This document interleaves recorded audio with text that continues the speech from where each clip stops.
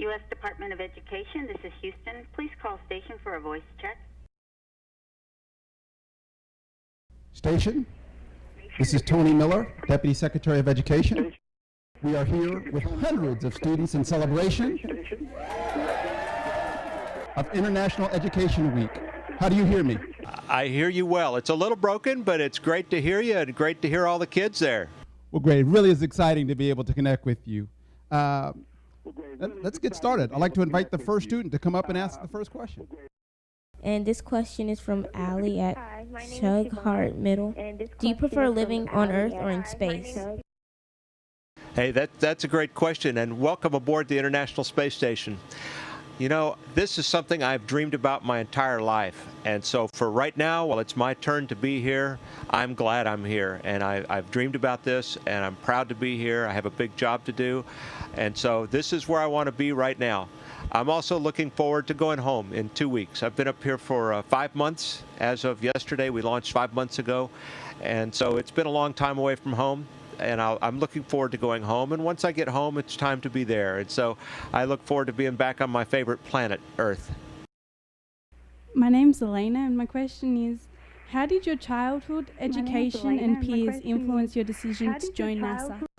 Now, that's an interesting question. I grew up in the early days of the space age. I was born 2 months after the first satellite was launched into space, the Russian satellite known as Sputnik, and grew up during the days when we were working toward the moon, and I remember watching the moon landings and dreaming about what it would be like to do that. And when I was about 12 years old, I was a Boy Scout on a camp out away from the city lights. I remember kind of laying on a hillside and looking up at the stars and feeling like I was in the middle of them. And that's when it really became kind of a personal dream for me to do this kind of crazy thing. But there was people that thought I was, thought this was impossible, thought it was a little crazy. But there were a lot of people who really encouraged me too. I had some scout leaders and teachers who encouraged me a lot along the way, as well as family and friends who really knew me and really believed in me. And that made all the difference in the world. Hi, my name is Anuleka, and my question is, what is it like to be away from your family and people you love? Well, it is hard to be away from my family, especially for a long period of time like this. It's a lot like, days in the military when you're deployed and you're away from family for a long time. I'm glad to be here. I have an important job to do, and I'm proud to be doing this job and living my dream. But the one downside is really to be away from my family. I miss my wife and my kids and my baby granddaughter, who was born just a few weeks before I left. I'm staying in touch with them, on the phone and email, and my daughter sends me videos, and I can't wait to get home and hug that little munchkin. Hi, my name is Ian, and my question is, without manned launches at the Cape, are American astronauts going to do space missions with other countries, and will they be training in Europe? Yes, indeed. We are training and launching from other places. The training for the International Space Station flight, I went through all of the basic training. Once I got assigned to the flight, it was 2.5 years of training. And that was really around the globe, in the United States, in Canada, in Germany, in Japan, and a lot in Russia. Because I didn't launch here. I didn't come here on a space shuttle. I came here this time on a Russian Soyuz rocket, which is a very different experience. And so I had the opportunity to live and work in Russia and train over there for many months in preparation for this. And what a great experience it's been in a lot of ways.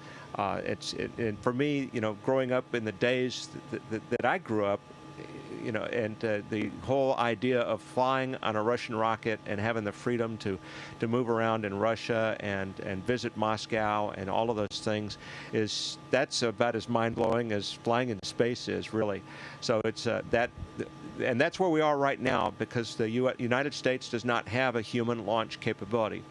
We're dependent on the Russians really for human launch right now, and a lot of cargo. There's also cargo ships that are launched from Japan and Europe that come up here. And the U.S. has a couple of companies that are very close to beginning to deliver cargo, which we need here on the space station. And there's several teams that are working very hard on coming up with a human launch capability from the United States. I think we need that. I really applaud, those efforts and look forward to supporting those efforts when I get home.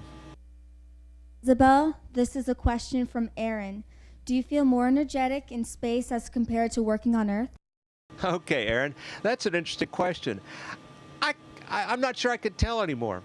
I've been up here so long, I'm completely adapted. I'm now I'm now a space being, I think.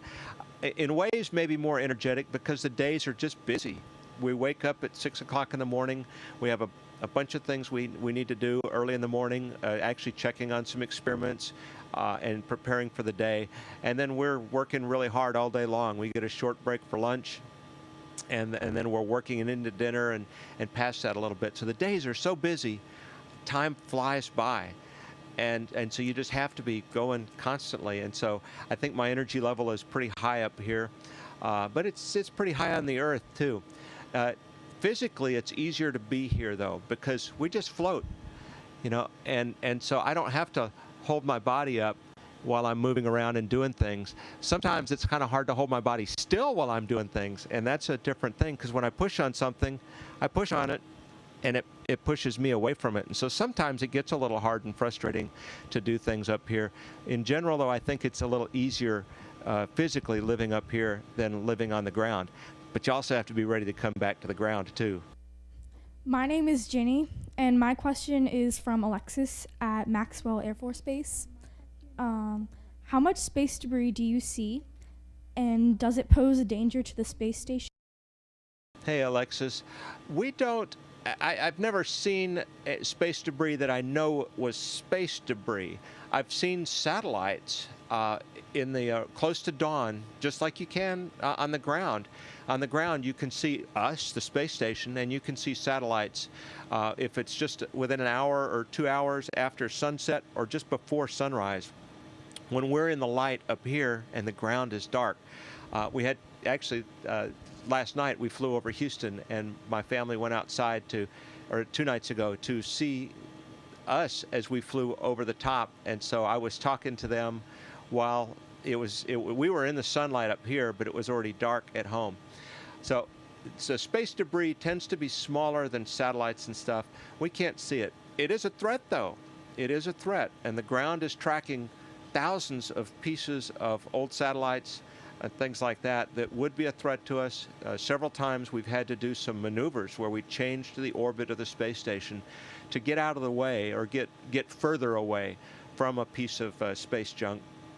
And there was one time, I think it was back around the end of June, where we actually found out about a piece of space junk that was coming toward us, getting kind of close. And we're not certain exactly how close it's going to be, because these things are hard to measure from the ground. But we learned about it without enough time to actually change the orbit to avoid it.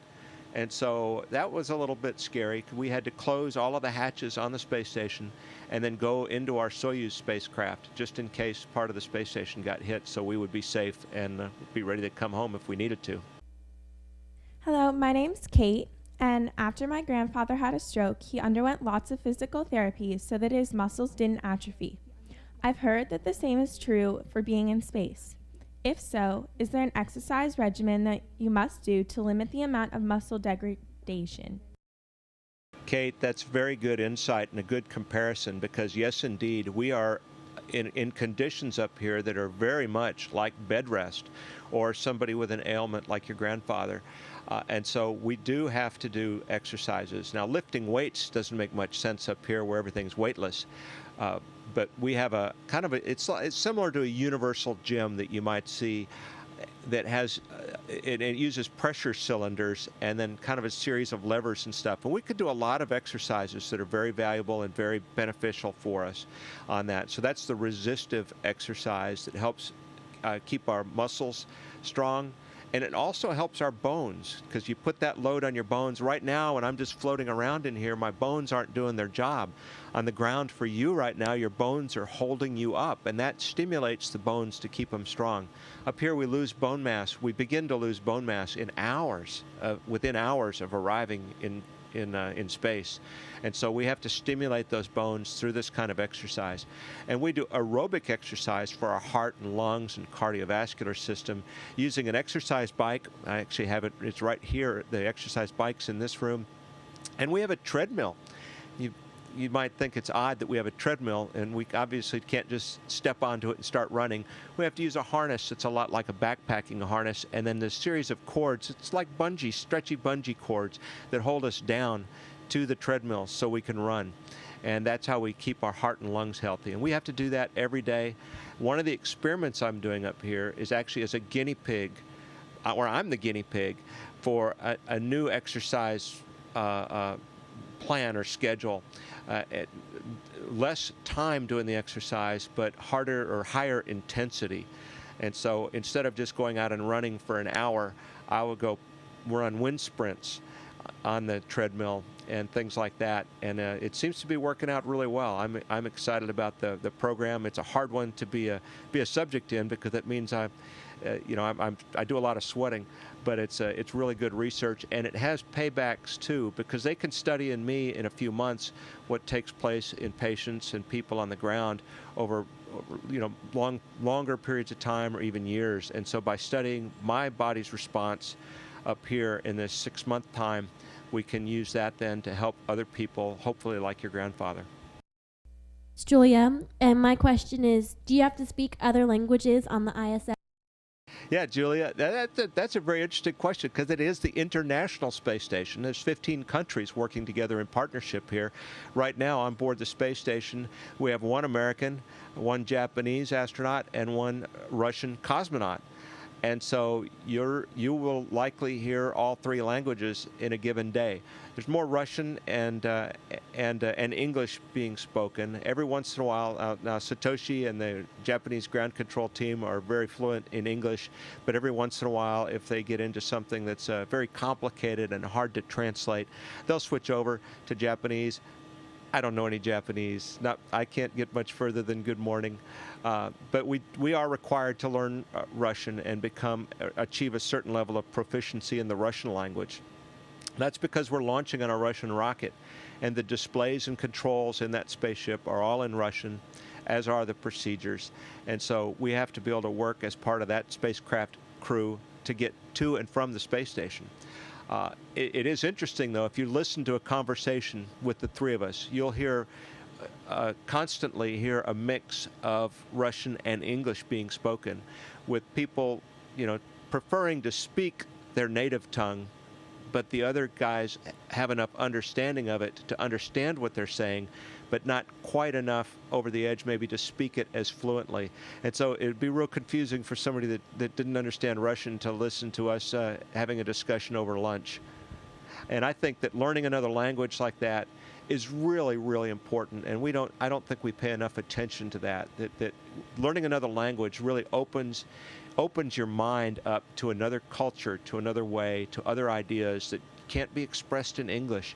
And it makes the world a much more enjoyable place if you have the chance to go to another place and use this language and really enjoy everything there is to benefit from there. My name is Angela, and my question is, what types of experiments have you been working on, and what have you learned from them? Hey, Angela, that's a very good question. We're standing, or I'm floating in the U.S. laboratory right now. I'm surrounded by different experiments. Right above me here is a furnace that it takes special metal samples. It heats them up to very high temperatures, and then it has a very complicated mechanism inside that allows, the heating and cooling of these sample rods at different rates, and they can measure what happens to the metals. In gravity, when you heat metals up, when you melt things, the liquids will settle out based on their density, where the heavier stuff will settle to the bottom, lighter stuff rises to the top, and you get these currents that are moving inside your sample. Up here, you don't have that, and so you get a much more pure crystals. When even metal, and you can't see it, but metals, when they cool off, they crystallize, and you can learn a lot about these things. Right here is a combustion facility. We burn fires in there. It's all contained inside a special test chamber, but that test chamber is surrounded by cameras and special instruments, and we're studying flames, and not simple flames, but the physics of a flame. And really getting in, because on Earth there's a lot of the processes in a flame that are driven by gravity and buoyancy forces, and up here we don't have that. And they're studying what's called the flame boundary. What conditions are flames stable, and when do they become unstable?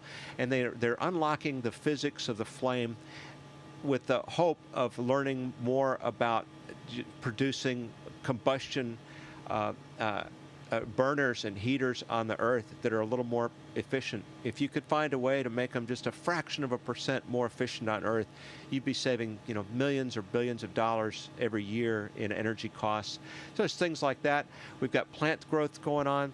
We have fluid physics experiments going on, as well as guys like me that are the guinea pig, where they're studying my muscles and bones. There's a lot of great stuff going on up here. Commander, you've got Deputy Secretary Tony Miller coming back to you. Well, first of all, thank you so much for your service, for your willingness to be a guinea pig, and for the real inspiration that you're providing, both to me and to the students here. It's what you and the crew are doing, and the importance of science, and the importance of doing it in an international and global way, really is a great kickoff to our International Education Week, and I really appreciate your time, given your busy schedule. Well, thank you very much. The questions have been outstanding. These kids are paying attention, they are thinking, they're obviously questioning the world around them and how it works, and that's a wonderful thing.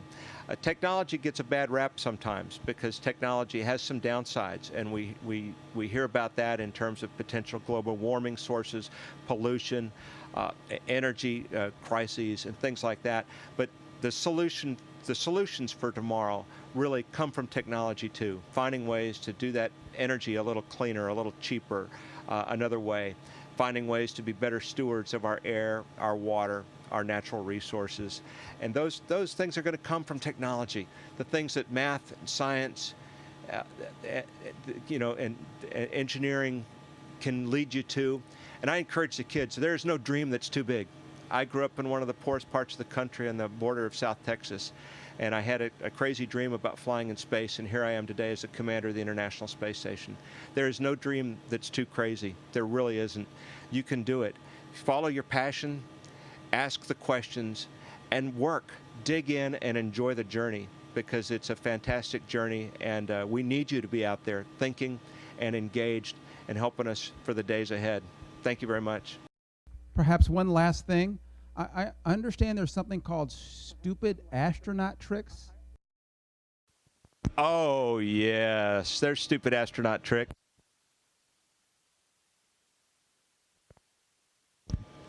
How about a chocolate-covered or a candy-coated chocolate canned peanut here? We're going to chase it down.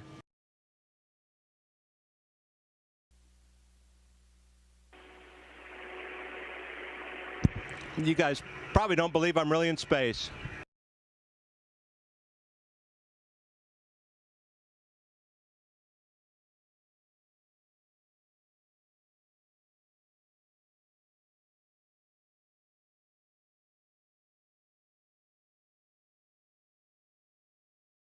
Thank you very much. You've been a great crowd, and keep asking those questions, and keep studying, keep learning, keep growing.